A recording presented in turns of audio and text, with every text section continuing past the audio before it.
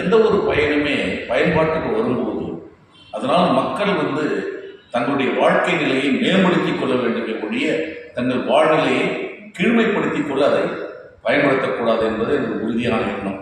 அந்த வகையிலே பார்ப்பேமானால் இப்போது இருக்கின்ற இந்த ஃபேஸ்புக்கு, இன்ஸ்டாகிராமு, ட்விட்டரு இது போன்ற சமூக ஊடகங்கள் அதெல்லாம் மக்களுக்கு ஆரம்பத்திலே நல்ல பயனை தந்து கொண்டிருந்தது என்பதை நான் அறிவேன். ஆனால் இந்த மாறிய சூழ்நிலையிலே இன்றைக்கு இந்த ஊடகங்கள் சமூக வலைத்தளங்களான ஃபேஸ்புக், இன்ஸ்டாகிராம் இவையெல்லாம் பார்த்தீங்கன்னா ரொம்ப கெடுதலான எண்ணங்களையும் செயல்பாடுகளையும் மக்கள் மத்தியிலே பரப்பி கொண்டிருக்கிறது என்பதை யாரும் மறுக்க முடியாதுன்னு நினைக்கிறேன். அதற்காக இதன் மூலம் எதுவும் நன்மை கிடைக்கவில்லை என்று நன்மை கிடைக்கிறது, ஆனால் தீமைகள் அதிகமாக இருக்கிறது. குறிப்பாக இன்றைக்கு இருக்கிற இந்த சந்ததியினர், ஜெனரேஷன் சொல்லுவாங்க, இளம் சந்ததியினருக்கு இது உணவே இல்லைன்னா கூட பரவாயில்ல, படிப்பே இல்லைன்னா பரவாயில்ல, இதில் மூழ்கிறாங்க. அப்படி மூழ்குவதற்கு என்ன அதில் இருக்குதுன்னு பார்த்தீங்கன்னா நிறைய தீமையான செய்திகள் அல்லது அந்த படங்கள் அப்படிதான் சொல்லணும். அதில் மூழ்கி போகிறாங்க.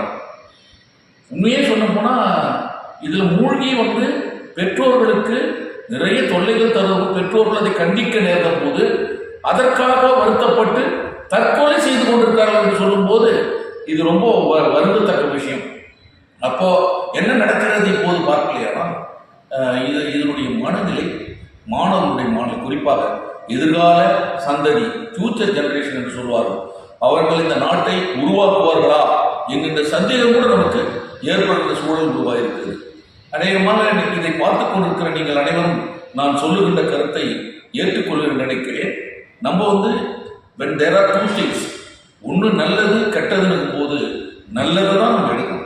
அதுதான் நமக்கு, நான் முன்னால் சொன்ன மாதிரி, நல்லது மட்டுமே நம்முடைய வாழ்க்கையை உயர்த்தும். தீமையானவை நமக்கு எந்த விதத்திலும் நம் வாழ்க்கையை முன்னேற்றாது என்பதை நான் ஆணித்தரமாக சொல்லிக்கொள்ள விரும்புகிறேன். இதிலே என்னை தனியாக என்ன கேட்டீங்கன்னா, நான் இதை பதிவு பண்ணுறது பொருத்தமானதாக இருக்கும் என்று நினைக்கிறேன். ஆனால் இருந்தாலும் இதற்கு ஒரு பாலினம் இதற்கு எதிர்ப்பு தெரிவித்து கூட இருக்கலாம். அப்படி பார்க்கலன்னா இன்ஸ்டாகிராம் மாதிரி ஒரு மோசமான ஒரு காட்சிகளையும் காட்சிப்படுத்துதல், செய்தி பரப்புதல்ல நான் சமூக வலைத்தளத்தில் ரொம்ப மோசமாக இருக்குது.